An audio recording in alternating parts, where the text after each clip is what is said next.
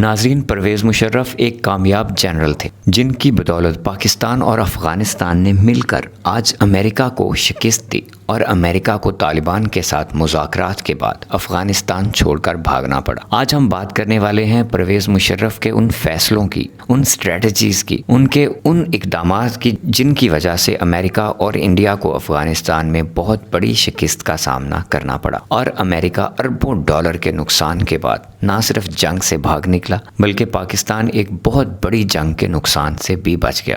ناظرین، مشرف جیسے عظیم رہنما جن کو پاکستان میں ایک غدار کے نام سے جانا گیا، آج پوری دنیا ان کے ان فیصلوں پر سوچ میں پڑ چکی ہے، کیونکہ مشرف کے بہت مشکل لیکن عقل مندانہ فیصلوں نے امریکہ کے ٹکڑے کر دیے اور امریکہ کی معیشت کا بیڑا غرق کر دیا۔ آج امریکہ، انڈیا اور کئی دوسرے ممالک ان رپورٹس کی اسٹڈی کر رہے ہیں کہ اگر مشرف نے امریکہ کی شرائط نہ مانی ہوتی تو پاکستان اور افغانستان دونوں ممالک حالت جنگ میں ہوتے۔ بظاہر تو پاکستان نے افغانستان میں جنگ کے لیے امریکہ کا ساتھ دیا اور مشرف نے پاکستان کے ہوائی اڈے امریکہ کو دیے اور ایک رپورٹ کے مطابق سینکڑوں لوگ بھی امریکہ کے حوالے کیے۔ لیکن سوچنے کی بات یہ ہے کہ آخر ان فیصلوں کے پیچھے مشرف کی کون سی حکمت عملی تھی کہ آج امریکہ جیسی سپر پاور طالبان کے سامنے گھٹنے ٹیکنے پر مجبور ہو گئی اور پاکستان نے اپنی اٹامک ٹیکنالوجی کو بھی بچا لیا اور افغانستان کا انفراسٹرکچر بھی بلڈ کروا لیا اور امریکہ جیسی پاور کو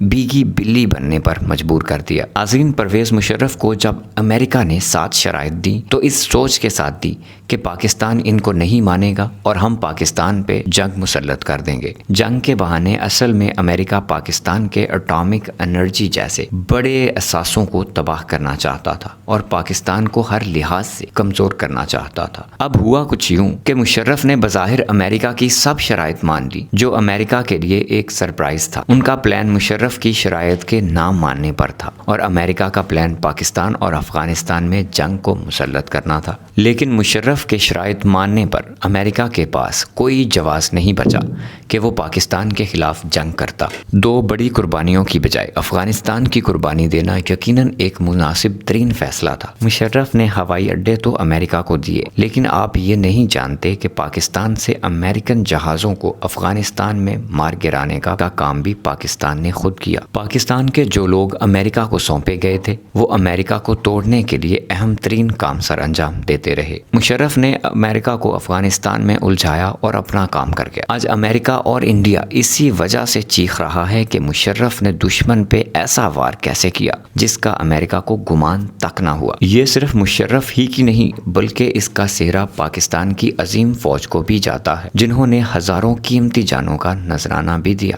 اور ملک کو بچانے کے ساتھ ساتھ امریکہ کا غرور تباہ و برباد کر دیا۔ گھروں میں آرام سے سوئے ہوئے پاکستان کے کچھ لوگ مشرف کو غدار اور بکاؤ کہتے رہے۔ مشرف کے خلاف غداری کے کیسز بھی چلے، لیکن مشرف اپنی بیماری میں اس وقت کا انتظار کر رہے تھے جو آج ہمارے سامنے ہے۔ امریکہ کو گھر میں بلا کر مارا گیا، امریکہ کو افغانستان میں بلا کر افغانستان کے بہترین انفراسٹرکچر بھی بلڈ کروا لیا گیا اور امریکہ کی معیشت کو تاریخی نقصان بھی پہنچایا اور کسی بھی مسلم ممالک سے جنگ کرنے کے فیصلے کو غلط بھی ثابت کیا۔ پاکستان کی فوج ایسے ہی ملک اور قوم کے لیے نہ جانے کیسی کیسی قربانیاں روز دیتی ہے، لیکن گھروں میں آرام سے سوئے ہوئے لوگ نہ جانے کیسے کیسے الزام لگاتے رہے ہیں، لیکن وہ ان سب کی پرواہ کیے بغیر عوام اور ملک کی خدمت کرنے میں مصروف عمل رہتے ہیں۔ پاکستان کے ادارے ورک ہارڈ کے ساتھ ساتھ ورک سمارٹ کی حکمت عملی پر کام کرتے ہیں، جس کی وجہ سے پوری دنیا پاکستانی اداروں کی نہ صرف مثال دینے لگی ہے بلکہ پاکستان کے خلاف کھڑے ہونے پر، پاکستان کے خلاف سازشیں کرنے پر، برے انجام کے لیے بھی تیار رہیں گے۔ اللہ پاکستان کا حامی و ناصر رہے اور پاکستان کا جھنڈا ہمیشہ سر بلند رہے۔ اپنوں کے ساتھ اور پرائم نیوز نیٹ ورک کے ساتھ ہمیشہ جڑے رہیں۔